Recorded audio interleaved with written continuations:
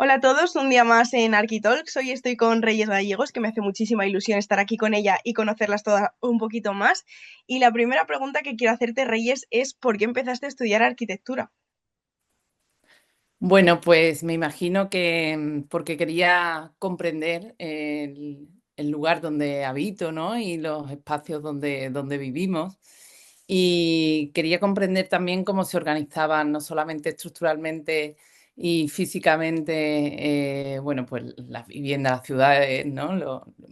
Recuerdo que me hacía muchas preguntas sobre los puentes también, pero sobre todo también cómo se organizaban las ciudades a otro nivel, ¿no? Porque las ciudades eran, como son, y porque, bueno, pues hay unas zonas de la ciudad donde hay algunas cosas más que en otras partes, ¿no? De la ciudad. Y bueno, porque está así diseñado, pues los espacios por los que caminamos cada día, ¿no? Y yo recuerdo hacerme muchas preguntas en ese sentido. Y bueno, aparte también siempre me ha gustado mucho el dibujo, la fotografía, también me gustaban mucho las matemáticas.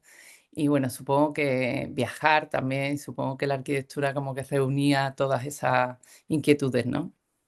Total, es verdad, es una carrera como muy amplia, ¿no? Y que todos los que Sí, tenemos un lado como artístico y técnico estamos un poco por ahí. claro, claro, sí, eso era, que veía que tenía como un lado más artístico, creativo. Y por otra parte también me gustaba como entender eso, las estructuras y las organizaciones y bueno, y me gustaban las mates, ¿no? Entonces era un poco esa combinación de arte y ciencia, ¿no? Mm. Claro. Y tú ya eres doctora en la universidad, ¿no? ¿Qué retos te has Sí, ido enfrentando? Porque claro, escalar no es nada fácil y a veces lo que tienes que dar, ¿no? A cambio de tener ciertos puestos. ¿Qué retos te has encontrado tú al ir subiendo? bueno, tampoco lo entiendo como subir. De hecho, en el momento en el que me planteé hacer el doctorado, fue todo lo contrario.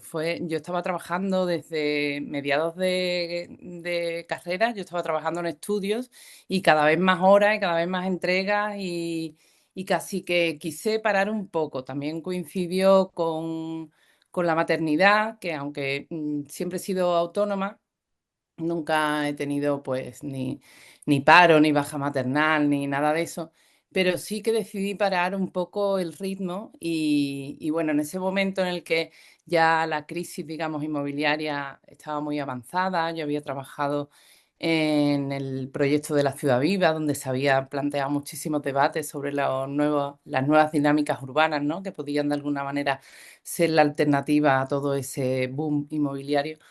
Y en ese momento casi que pensé en parar y leer y escribir y reflexionar sobre, bueno, pues muchas cosas de las que se habían planteado en este proyecto de la Ciudad Viva.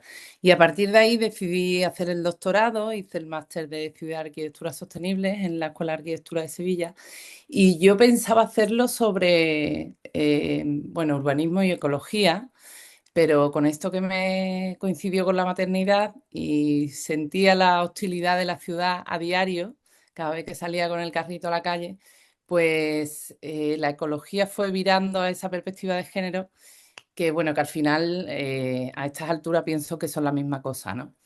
Pero por ahí pues casi que decidí profundizar más en urbanismo con perspectiva de género.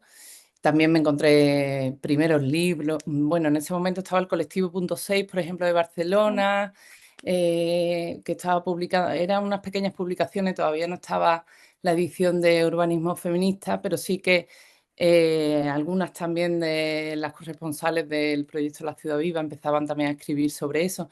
Entonces, para mí no fue escalar, fue algo como muy natural, muy orgánico y casi al revés, ¿no? Como parar un poco a pensar y a reflexionar y también a buscar qué es lo que más me movía, ¿no? En la profesión en ese momento. Y a mí una duda que me surge también es cómo saltaste, ¿no? Pues de este lado más teórico de lo que es la escuela, ¿no? Pues de empezar a hacer máster o doctorado a una parte más audiovisual, porque claro, creo que es algo totalmente necesario hoy en día, que de hecho es como que si no lo haces no te quedas atrás o no llegas a cierto público. ¿A ti cómo se te Mm. ocurrió este paso? Bueno, vine después de hacer el máster, llevé a cabo, coordiné un plan que se llama Plan Reviva, que era sobre la reactivación de los espacios urbanos en los 11 distritos de Sevilla, pero mediante un proceso de codiseño con los vecinos. Entonces, aquí sí que llevé a cabo mucha acción y muchos procesos de participación y a partir de ahí mucho codiseño y también incluso nos dejaron estar encima de las obras, ¿no? De algunos parques que se llegaron a hacer, urbanizaciones de calles y de avenidas. Y en todo esto, que era como mucho más práctico, digamos, y además estábamos casi diseñando con el equipo Lugadero también de Sevilla, estábamos diseñando, elaborando sobre la marcha una metodología participativa para cada uno de los espacios, ¿no? Porque cada espacio era singular y tenía sus propios condicionantes. Y aquí sí que veía que hacía falta como profundizar todos estos, digamos, todas estas nuevas herramientas para plantearse como ese urbanismo alternativo de una manera más, digamos, no solamente a partir de esos procesos de participación in situ con la gente, que también, sino haciendo un trabajo de campo exhaustivo y también comparándolo con todos los datos que en ese momento también estaban muy en auge los sistemas de información geográfica, ¿no? Y todas esas bases de datos y que de alguna manera también estaban dando información. Entonces empecé con este trabajo de investigación en los barrios para, bueno, de alguna manera investigar sobre ese posible urbanismo alternativo con todas esas perspectivas y todas esas capas y yo llevaba, como digo, mi cámara de fotos, porque siempre me ha gustado la fotografía. Y bueno, fue de alguna manera mi intuición la que puso el foco en estas señoras, en esta generación de mujeres, porque bueno, eran las que mantenían esa vida cotidiana que yo estaba diagnosticando, ¿no? En los barrios y las que lo sostenían. Y a partir de aquí hice esa serie de fotografías que primero expuse en un estudio pequeñito de un amigo en el centro que se llenó y tuvo muy buena acogida, pero yo decía, ellas no están, ¿no? ¿Y dónde están las protagonistas? Entonces empecé a ir por todos los barrios, por todos los centros cívicos de todos los distritos y fue ahí donde empecé a conocerlas y a preguntarles pues siguiendo con este estudio de investigación, cómo utilizaban los espacios, qué necesidades tenían o qué carencias. Y fueron ellas las que me contaron esta historia, las que me desvelaron esta historia que yo desconocía sobre el papel tan importante que habían tenido en la transformación, ¿no? De sus entornos urbanos y de sus barrios. Y casi que me vi con la obligación, porque yo las escuché hablar con esa fuerza y bueno, y transmitir ese mensaje con tanta verdad que, que pensé que esto no era, o sea, que el resultado ideal no podía ser una transcripción mía en un trabajo de investigación, sino que teníamos que escucharlas a ellas, ¿no? Y escuchar sus voces y su historia desde ellas mismas. Y a partir de ahí fue cuando empecé, pues primero saqué el móvil, empecé a hacerle algunas pruebas y a partir de ahí pues cada vez vi más claro, también me animaron amigas y compañeras cineastas a hacer el documental. Mm.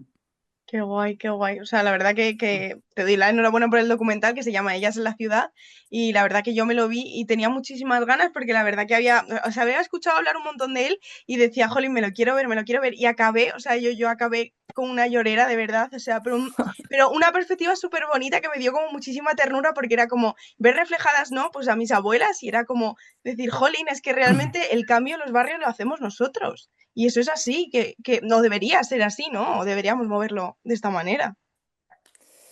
Sí, bueno, la verdad que yo no tenía la intención de que causara esa llorera, pero sí es verdad que todo el mundo me dice que se emociona, pero que se Sí. emociona Sí, positivamente. bonito, sí. Sí, y bueno, es verdad que, claro, a mí me emocionaron ellas cuando las conocí, pero no sabía si esa emoción la iba a transmitir de la Claro. misma manera, ¿no?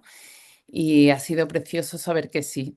Claro, es que los barrios y sobre todo en este urbanismo desarrollista en el que solo se pensaba en construir grandes bloques con cuantas más viviendas mejor y con la intención de que, bueno, vinieran nuevas familias en las que estaba en ese momento se separó el trabajo asalariado del que no y se pensó en que ese hombre llegara pronto en coche a la fábrica. Entonces se construyeron torres de viviendas y carreteras, ¿no? Y todo lo demás se olvidó. Y para mí todo lo demás es barrio. Entonces, por eso mismo pienso que el barrio, pues lo han construido ellas, ¿no? En estos 50 años. Mm. Claro. ¿Y cómo fue un poco ese proceso de elegir a las protagonistas? Pues realmente fue también muy orgánico. Yo, de las primeras cosas que que me sorprendieron es que en todos estos centros cívicos a los que yo iba conociendo a grupos de mujeres, porque, bueno, esto me lo encontré también de casualidad. Ellas son las usuarias principales de los centros cívicos, porque son las que después de haber estado en los centros adultos, pues ahora han derivado a hacer otro tipo de cursos y de grupos, ¿no? No solo de terapia, sino pues de memoria, de yoga, de tertulia literaria, de teatro, ¿no? Y entonces, claro, ellas salían y en todos los centros cívicos ocurría lo mismo, me contaban esta historia sobre las luchas que habían abanderado en todos los barrios y claro, al tercero yo le decía, ¿sabéis que en el barrio, a lo mejor en un barrio a 3 4 kilómetros, pasó lo mismo y muchos no lo conocían, no sabían lo que había pasado en otro barrio? Entonces eran historias paralelas y ahí me pareció que todavía cobraba más peso, ¿no? Que había pasado lo mismo y no solamente en Sevilla, sino que empecé a indagar y descubrí pues que en la periferia de Madrid había pasado igual, en la periferia de Barcelona. Y claro, este papel de ellas tan poco conocido, cuando una piensa en movimientos vecinales, ¿no? En esa época, siempre se imagina al hombre con la pancarta, ¿no? Y con el altavoz, ¿no? Y tú dices, ¿cómo es posible? Claro, entonces ellas te empiezan a contar que la APA, por ejemplo, la Asociación de Padres, eran ellas, porque ellos estaban siempre en la fábrica, sin embargo se llamaban Asociación de Padres, o que estas luchas de alguna manera habían sido sobre todo reivindicaciones diarias en delegaciones, en instituciones, y eso, en papeleo y firmas, y eso lo habían tenido que hacer ellas, pero que en el momento a lo mejor de la propia manifestación en la calle o el día que llegaba la prensa, ¿no? O la radio, pues ahí sí que ellos tomaban la palabra, ¿no? Entonces me di cuenta que, bueno, de alguna manera lo que entendemos por transición o por la llegada de la democracia, realmente para estas mujeres no había sido tan así, ¿no? Porque, bueno, muchas de ellas pues habían luchado y seguían haciéndolo, pero en el momento en el que se empezaron a ocupar cargos políticos, por ejemplo, o instituciones, fueron todos estos papeles fueron para ellos, ¿no? Ellos fueron los reconocidos, ¿no? En todos estos movimientos.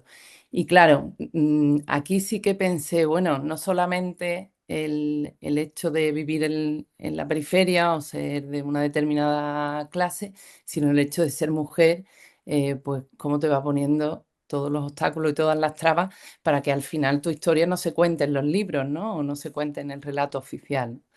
Y claro, ahí casi que me vi con la obligación también de darle voz. Mm. Total, o sea, es que es muy bonito justo eso, ¿no? Como dar luz a algo que nadie conocía y ya te digo, sin ti, o sea, como que igual pues muchas historias las conoces, ¿no? Pues de casa, que te las van contando ellas, pero como que no se le da la importancia que realmente tiene. Y gracias a este tipo de cosas, pues nos damos cuenta de, coño, de cómo se han hecho nuestros barrios y que ellas tienen un papel fundamental, aunque nos pensemos que no. Yo ante Bueno, es esto que quería, algunas de ellas no le dan ni importancia a ellas mismas. Ahora sí, ahora sí. claro. El documental también les ha servido para escucharse unas a otras y de alguna manera que tomen el valor que tienen, ¿no? Y empiezan a hablar más con los nietos o con los familiares. Pero es que muchas al principio, cuando empezaba a hablar con ellas, me decían, bueno, es que hicimos lo que había que hacer, teníamos una necesidad.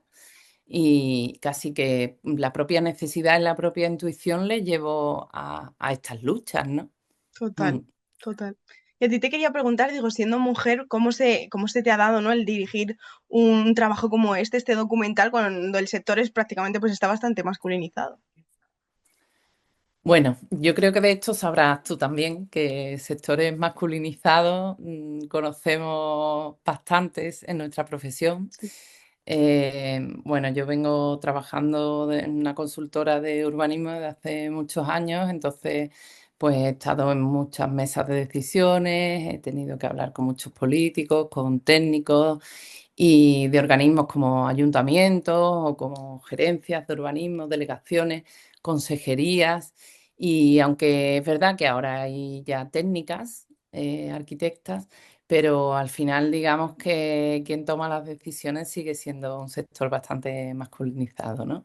Y además el urbanismo desgraciadamente depende mucho de los políticos y depende mucho también de, bueno, de las dinámicas económicas, ¿no? Y de los empresarios. Entonces, bueno, pues en ese sentido no sé si decirte que el urbanismo está más masculinizado que el cine. Y por otra parte, es verdad que al ser una historia tan personal desde el inicio, yo empecé a rodearme de mujeres. Después, cuando la cosa se iba haciendo como cada vez más compleja o más grande, pues es verdad que, bueno, el equipo lo conformaron también compañeros pues porque en ese momento de sonido o de dirección de fotos me interesaba más por, bueno, pues también por agenda, por calidad del trabajo y tal. Y entonces después se fue mezclando, pero no he tenido gran dificultad. Creo que desde el inicio tenía muy claro que quería que al menos el 50% del equipo fuese femenino y empecé a trabajar con, bueno, con Irene Hens como directora de producción, con ayudantes de producción también, entonces como Julia Ormond, entonces, bueno, sobre todo los inicios, que me costaba un poquito más de trabajo, sí que lo hice acompañada de mujeres. Y después es verdad que con los compañeros que he trabajado hasta el final del rodaje ha sido estupendo, maravilloso, han sido muy generosos porque ten en cuenta que muchos de ellos llevan 20 años ya en la profesión o 15 años y yo casi que soy prácticamente nueva, ¿no? Aunque, bueno, tenía algunos conocimientos, pero bueno, pues sí, se puede considerar que yo era nueva y han sido muy generosos, sí. Qué guay. Y es verdad que me estaba acordando del simbolismo, ¿no? Que tiene el carro en todo el documental, ¿no? Que de hecho está en la foto de la portada y que me parece muy acorde porque al fin y al cabo las mujeres somos las que más llevan, ¿no? O el carro o tanto del niño, de la compra o de cualquier cosa. Y te quería preguntar, sobre todo tú que has estado en muchos procesos de decisión, ¿cómo cambia la ciudad a la hora de que la mujer opine? Porque sus recorridos son diferentes, el movimiento que tenemos nosotros en la ciudad es diferente. Sí, bueno, yo en este sentido, es verdad que, como te decía antes, para mí el indicador básico de la movilidad y de la accesibilidad en la ciudad fue el carrito de bebé cuando fui madre.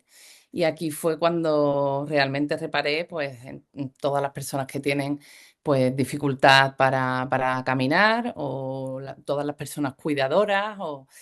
Em, y claro, reparé en que realmente quien había planificado las ciudades donde vivimos probablemente no haya cuidado nunca, ¿no? O no haya tenido esos problemas de movilidad.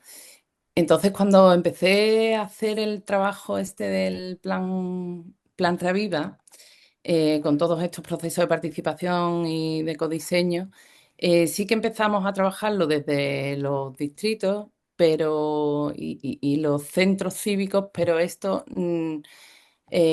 no servía, porque claro, eran todo un horario de tarde, con unas listas de personas que de alguna manera estaban afiliadas a una asociación, a un colectivo, pero la mayoría eran jubilados.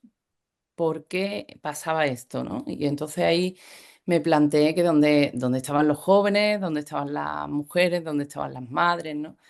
Y claro, esto fue lo que me llevó a cambiar los horarios de estos procesos de codiseño y a cambiar también el lugar. Y empecé a hacer estas primeras reuniones en los propios parques, las propias plazas, en la calle.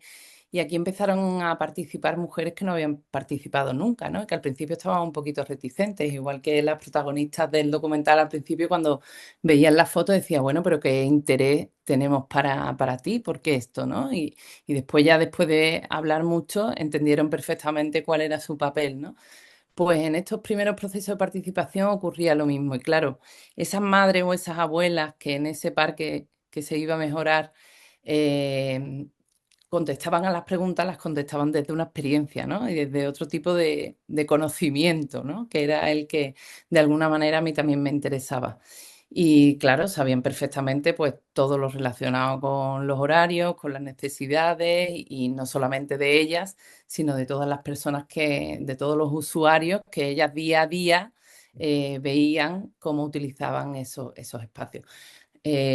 Muchas no tienen coche o no lo utilizan y entonces pues me hablaban de todos esos itinerarios, en fin, era un poco como recoger en la experiencia pues todas las teorías de Jacobs, ¿no? De alguna manera, de todos esos itinerarios en zigzag o de todos esos cruces donde se paran a hablar, ¿no? Y donde no hay ni una sola sombra ni un banco, ¿no? Y bueno, sobre estas experiencias empecé a recoger estos datos, que fue a partir de los que se hicieron estos proyectos del Revive, que fueron muy bien.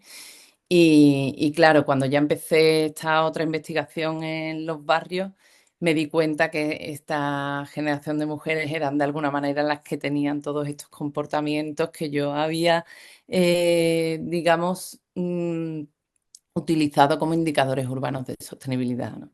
Porque también son las primeras usuarias del espacio, o sea, del transporte público, de todos los equipamientos que no se deben perder, como los mercados de abasto, ¿no? Que no solamente es un sitio donde se va a hacer una compra de alimentos frescos, que también está muy bien para evitar toda esta proliferación de supermercados por todas partes, sino que también es un espacio de socialización donde la gente se pregunta por el otro, donde unas se dan cuenta si otras no ha pasado por allí en 3 días. En fin, hay como muchas cosas alrededor de estos espacios, de estos equipamientos bueno, que hay que proteger, ¿no? Como parte de la identidad, ¿no? Y como parte de esa vida de barrio. Total. Mm. Es verdad que yo viendo el documental, o sea, se me pasaba por la cabeza no, la fuerza que tienen estos movimientos vecinales de los 70, de los 80, que yo digo, siento un poco que se nos ha perdido como esa capacidad de saber qué podemos pedir, ¿no? Y de las necesidades que tenga nuestro barrio, saber que nosotros como ciudadanos tenemos derecho a participar en este tipo de cosas. O sea, ¿crees que ahora mismo está perdiendo fuerza este tipo de acciones? Sí, bueno, yo la sensación que tengo y lo que he tratado o lo que he intentado con el documental es interpelar a todas las personas anónimas, como estas mujeres que no pertenecen a una asociación concreta o a una plataforma o a un colectivo, sino que tienen una dificultad en el lugar donde viven y en lugar de huir y de Claro. movernos y de mudarnos buscar a alguien que pueda tener la misma dificultad que tú y empezar a hacerse preguntas y a solicitar, ¿no? Porque lo he dicho muchas veces, yo he estado en algunas mesas de decisión y, y es muy, o sea, la persona que toma la última decisión es muy reticente a llevar la contra cuando hay algún tipo de queja o de movimiento vecinal. O sea, tenemos más poder de alguna manera del que nos creemos. Y entonces yo creo que ahora mismo todos los movimientos que hay o todo el activismo tiene que ver con unas siglas, ¿no? U otras. Y además está todo como muy difuminado, ¿no? Y demasiado separado por siglas. Y yo creo que en ese sentido hay otro tipo de necesidades como que son mucho más sencillas y mucho más necesarias, ¿no? En el día a día, como esto de no perder la propia identidad de tu calle, ¿no? Que vivimos en calles donde cada día aparece un apartamento turístico nuevo y nadie dice nada porque no hablamos con el vecino o porque no lo conocemos. Entonces, este tipo de cuestiones, digamos, que pueden ser como más comunes a todos y a todas, deberíamos planteárnoslas, ¿no? En nuestro cotidiano. Entonces, esa era una de mis intenciones, con que fuese esto una historia también coral, con que ellas fueran mujeres anónimas, con que no pertenecieran concretamente a ningún colectivo o a ningún partido, ¿no? Sino, bueno, un poco la unión vecinal. Mm. Sí, total, o sea, eso se ha reflejado total, porque ya te digo, yo en cuanto lo vi, me puse a pensar y dije, jolly, muchas veces nos quejamos de cosas, ¿no? En el barrio y todo el mundo pensamos lo mismo, pero ninguno se molesta en, ¿no? En intentar moverlo cuando realmente es justo lo que tú dices, que tenemos más poder del que pensamos. Sí, yo creo que estamos acostumbrados como a delegar Sí, en otros, ¿no? Pues eso, o en la plataforma X o en el partido total. tal, y entonces creo que hay cosas que están como muy por encima de eso, que son mucho más inmediatas de resolver con tu vecina, ¿no? Sí, Mm. total. Y hablando de esta nueva generación, que bueno, que creo que forma un poco parte de arquitectos y urbanistas, ¿qué les pedirías respecto al compromiso social que creo que todos deberíamos tener, claro? A nuestra generación. Sí, a las nuevas, a las que vamos saliendo ahora. em, Bueno, a mí me sorprende, por ejemplo, con mis alumnos de urbanismo, que de alguna manera se siguen planteando los desarrollos urbanísticos eh, sin, digamos, superar el desarrollismo, ¿no? O Sí. sea, se siguen planteando, yo lo hablo con ellos, ¿no? Con mis alumnos y con ellas. Digo, ¿cómo es posible que planteéis el edificio y prioritariamente el espacio para el coche y me dibujéis incluso en infografía los veladores? Porque, bueno, les pregunto, ¿dónde está aquí el espacio público? Esta calle ahora mismo está privatizada por completo, o sea, el espacio del coche privado y el espacio del velador y por donde andan las personas, dónde juegan, dónde se sientan. Entonces, yo plantearía un poco dejar como toda esa infografía, que sí que puede ser como una herramienta muy cómoda para trabajar a nivel volumétrico, a nivel de materiales, pero que se descienda a esa escala de la persona, a esa escala humana, y se descienda también a ese cotidiano, ¿no? Pues yo creo que de alguna manera todavía seguimos arrastrando esa productividad, no solamente esa ciudad desarrollista, sino ese modelo productivo de trabajar 8, 9 o 10 horas al día, levantarte, ir a trabajar y volver a tu casa y casi que vivir en barrios residencias, ¿no? Y olvidarnos un poco de poner el foco en la vida, ¿no? O sea, que el eje del planeamiento urbano fuese la vida, sería maravilloso. Y a partir de ahí, pues que el trabajo nos sirva para poder llevar a cabo esa vida que queremos, ¿no? Pero que podamos tener nuestro tiempo, que podamos habitar los espacios de nuestro barrio, que podamos socializar, que podamos cuidar, que podamos jugar, que podamos sentarnos, que podamos pasear. Entonces, bueno, pues poner la vida en el centro y la escala humana en el centro de ese planeamiento. Mm. Total, yo es verdad que la última asignatura que he tenido en la carrera de urbanismo creo que fue la que más me gustó porque los profesores nos plantearon un escenario y el escenario en nuestro caso en el barrio era la ciudad envejecida. Entonces te ponías en el lugar de ciudades que van a pasar porque o sea, hay barrios que ya están así y te ponías todo el Claro, rato a pensar en los recorridos que ellos tenían, en los parques que había adaptados para ellos, en lo que tenían cerca de casa, ¿no? Este comercio de barrio. Y es verdad que la escala te cambiaba completamente, o sea, el cómo pensabas la claro, ciudad era completamente diferente.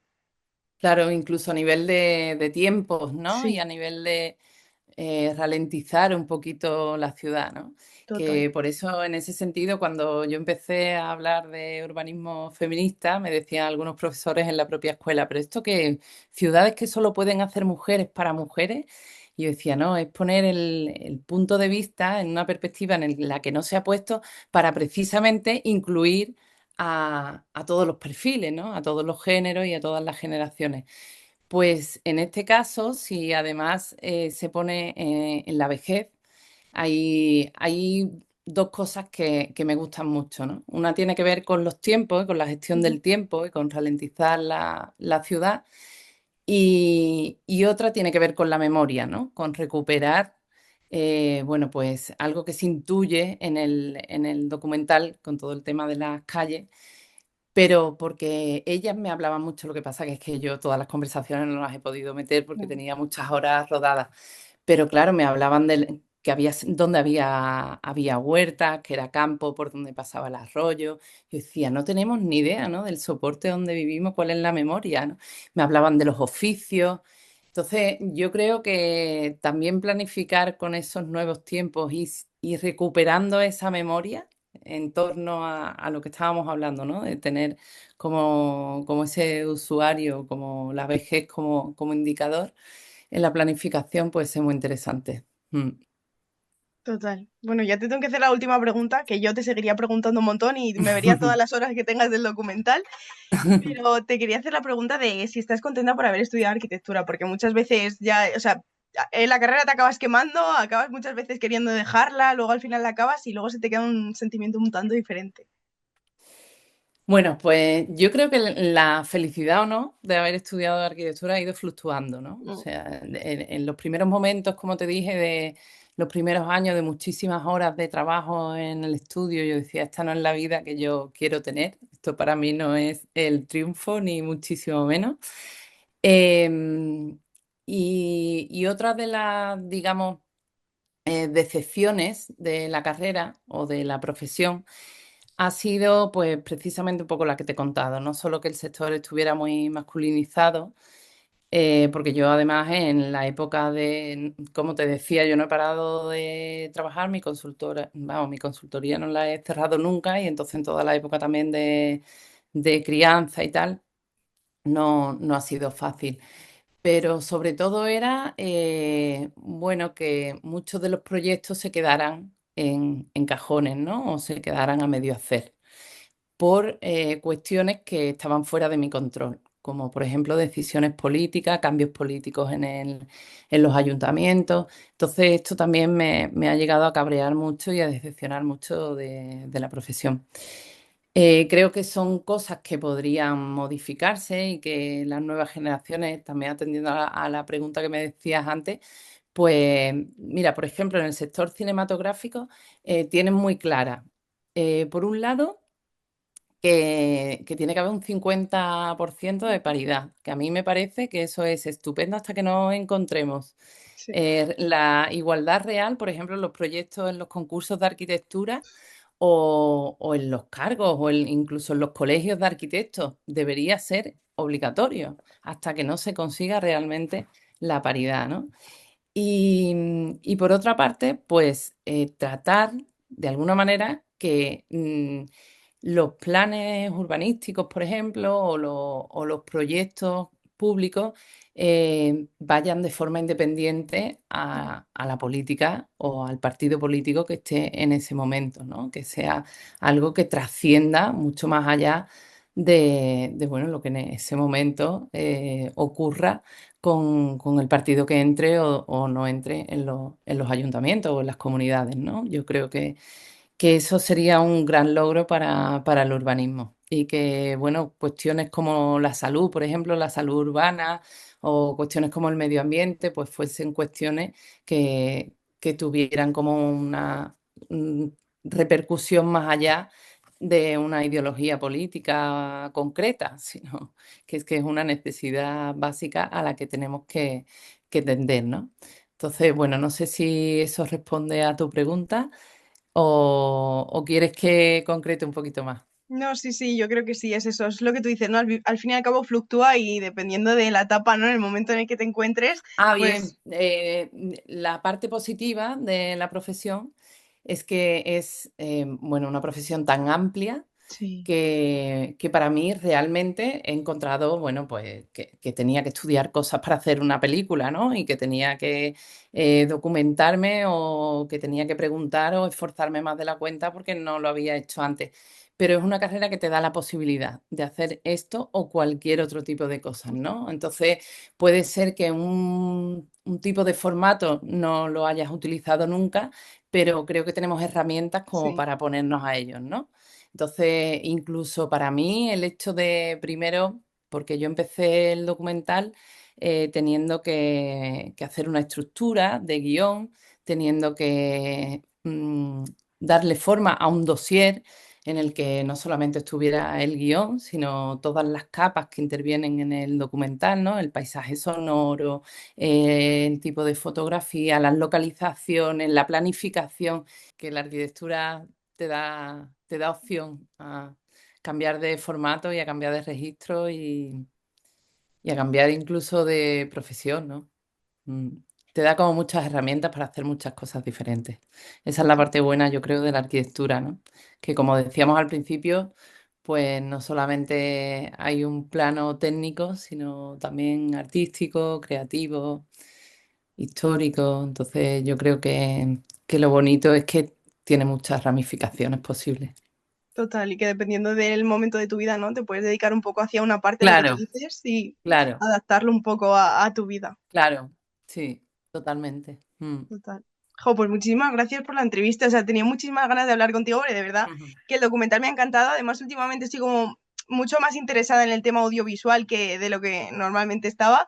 Y me ha parecido muy bonito eso, la forma en la que, cómo lo cuentas, el que enseguida era una cosa como que te atrapaba, ¿no? Y querías seguir viéndolo. O sea, no era como el típico que te resultaba pesado y que era como información y ya está, sino la manera en la que ellas te lo contaban era una forma súper sencilla de que todo el mundo lo entendiera, ¿no? Y sobre todo de como de ver un poco representado lo que te decía, ¿no? La historia de cualquier familia realmente de España y de cómo se han ido formando los barrios. Y eso, de verdad que enhorabuena porque me parece que es súper chulo.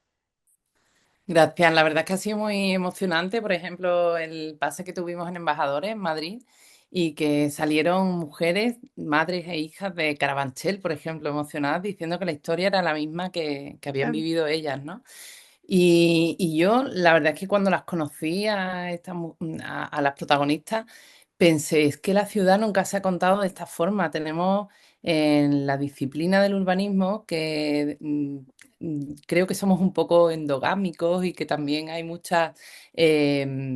digamos, muchos tecnicismos, ¿no? A la Ujú. hora de comunicarnos o de escribir sobre cualquier tema que puede interesarle a cualquiera, porque al final es la manera en la que vive y el lugar donde vive, ¿no? Y a veces utilizamos como demasiados tecnicismos y hacemos que la gente se acabe no interesando, ¿no? Y por eso me parece muy importante el trabajo que haces, porque creo que tenemos que sí, que probar otros formatos y otra manera de comunicarnos. Y eso fue lo que casi que me impactó, escuchar a las protagonistas hablar de ciudad y hablar de urbanismo y hablar desde la experiencia, ¿no? Y dije, joder, esto hace falta, ¿no? En la disciplina. Así que bueno, te lo agradezco, te doy la enhorabuena también por tu trabajo y nada, encantada de Muchas estar por gracias. aquí.